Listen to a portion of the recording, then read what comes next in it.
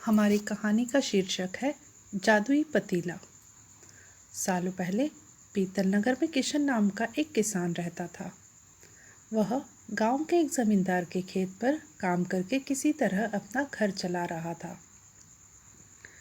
पहले किशन के भी खेत थे, लेकिन उसके पिता के बीमार होने के कारण उसे अपने सारे खेत बेचने पड़े। मजदूरी में मिलने वाले पैसों से पिता का इलाज कराना और घर का खर्च चलाना मुश्किल हो रहा था। वो हर दिन सोचता कि कैसे घर की स्थिति को बेहतर किया जाए। आज भी इसी सोच के साथ किशन सुबह सुबह जमींदार के खेत पर काम करने के लिए निकला। खुदाई करते समय उसकी कुदाल किसी धातु से टकराई और तेज आवाज हुई। किशन के मन में हुआ कि आखिर ऐसा क्या है यहाँ। उसने तुरंत उस हिस्से को खोदा तो वहाँ से एक बड़ा सा पतीला निकला। पतीला देखकर किशन दुखी हो गया। किशन के मन में हुआ कि ये जेवरात होते तो मेरे घर की हालत थोड़ी सुधर जाती। फिर किशन ने सोचा कि चलो अब खाना ही खा लेता हूँ। किशन ने खाना खाने के लिए अपने हाथ की कुदाल उस पतीले में फेंक दी और हाथ मुंह धोकर खाना खाने लगा। खाना खत्म करने के बाद किशन अपनी कुदाल उठाने के लिए उस पतीले के पास पहुंचा। वहां पहुंचते ही किशन हैरान हो गया। उस पतीले के अंदर एक नहीं बल्कि बहुत सारे कुदाल थे। उसे कुछ समझ नहीं आया। तभी उसने अपने पास रखी एक टोकरी को भी उस पतीले में फेंक दिया। वो एक टोकरी भी पतीले के अंदर जाते ही बहुत सारी हो गई। यह सब देखकर किशन खुश हो गया। उस जादुई पतीले को अपने साथ घर लेकर चला आया।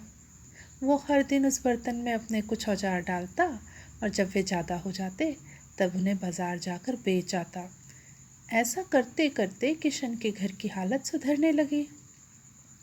उसने इस तरह से बहुत पैसा कमाया और अपने पिता का इलाज भी करवा लिया।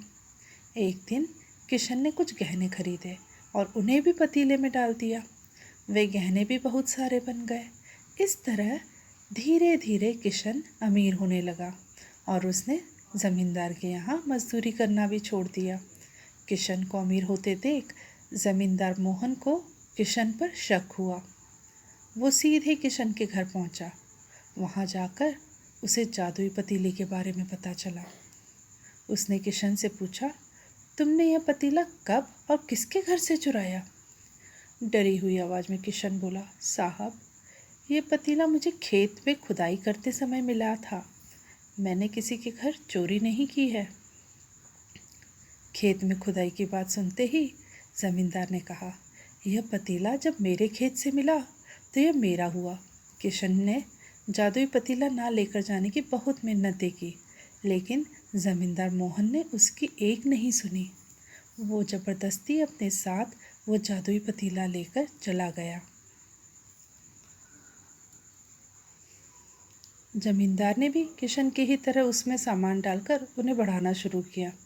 एक दिन जमींदार ने अपने घर में मौजूद सारे गहने एक एक करके उस पतीले में डाल दिए और रातों रात बहुत अमीर हो गया। कदम से जमींदार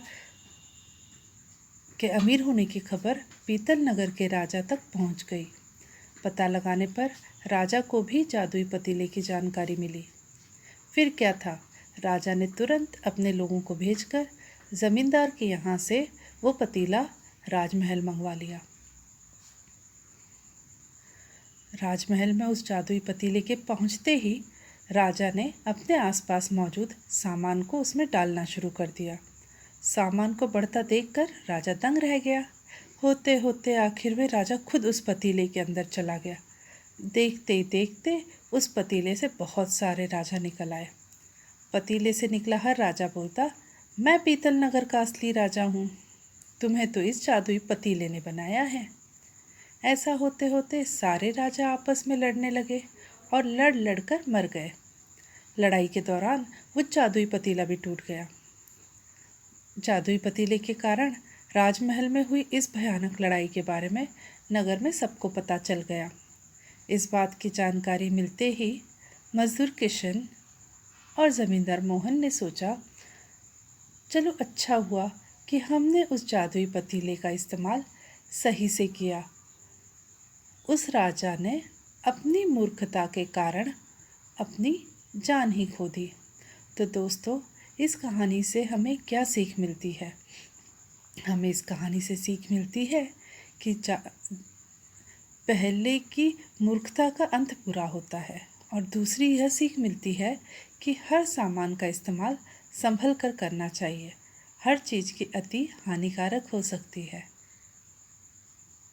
तो दोस्तों, आपको ये कहानी कैसी लगी मुझे कमेंट करके ज़रूर बताइए, और अगर आपको ये कहानी पसंद आई हो तो लाइक, शेयर और सब्सक्राइब करना ना भूलें। धन्यवाद।